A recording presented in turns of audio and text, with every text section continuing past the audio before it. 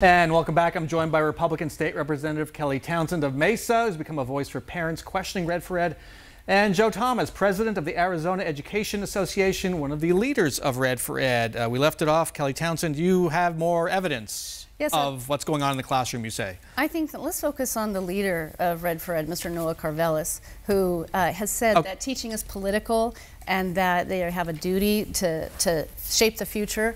And he has called on his teachers to read this book by about Marx and critical pedagogy. So we can go into that. I'm going to put this wasn't about Noah Carvelis. But Noah Carvelis is encouraging through this movement to push. But is that evidence teachers are doing that? I have lots of evidence. I'll put it on my Facebook. Okay. You guys can look at it. Joe Thomas, you're shaking your head.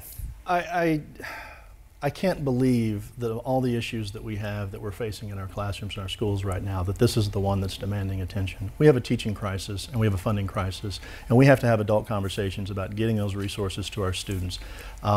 Conversations like this are disrespectful to educators that do a great job every day, that have stayed through these budget cuts, and this is what pushes people towards wanting to take stronger action. They get frustrated and then they want to act. And now, during the debate over Kelly Townsend bill, you made kind of a veiled threat that if this bill passed, there'd be action.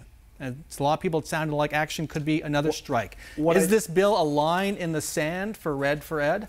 No. What I said in the committee hearing was that at about 5 p.m. that day, and we were forced to wait until about 10 p.m. and 9 p.m. to be able to speak to this bill, that the West Virginia educators had gone out on strike. And what I told the committee was we needed to think about timing and about having deeper discussions about a bill that was going to stifle teacher speech, because if they passed it that night, I was going to be on television talking about exactly this. And Bram, here I am.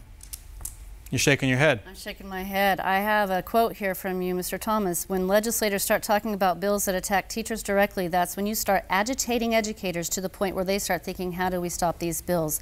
This is an effort to lobby to kill a bill that you don't like, using teachers threatening a strike. I have this... Is that illegal?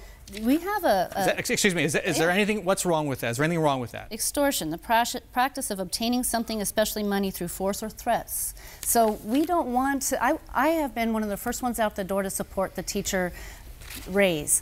But when they showed up on our Capitol lawn with Marxist fists and pencils, that's when you trigger me and say no. You're accusing the teachers union, Joe Thomas, of extortion, like illegal extortion. You're reading from some I'm reading the definition statute. Of extortion that says that when you're demanding Joe Thomas, last money word on this. And you're making threats that we're going to walk out on you and inconvenience the entire state, that is extortion. You are trying to get money. Joe Thomas, please, last word on that. Bram, this is what I'm talking about. We have to have adult conversations and serious conversations about what's going on with these issues. Representative Townsend has referred to parents that want students vaccinated as the state forcing that as a form of communism. Teachers are socialists. I mean, these are not the ways we need to address these situations. We need to have quality public school system for every kid in this state, and we need to have the funding to support that. And I do want to ask you about your comments about vaccinations late last week, where you said mandatory testing, mandatory immunization of children would be the equivalent of communism. So I would love to elaborate that. If you're a parent and you're having the government forcing a vaccine on your child against your will for the good of the collective,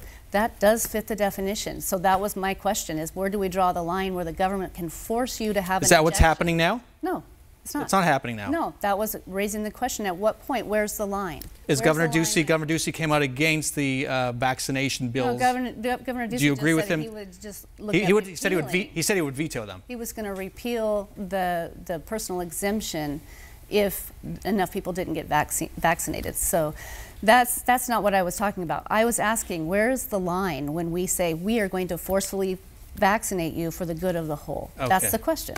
I'm not sure that's happened, but Kelly Townsend, Joe Thomas, thanks so much for joining us.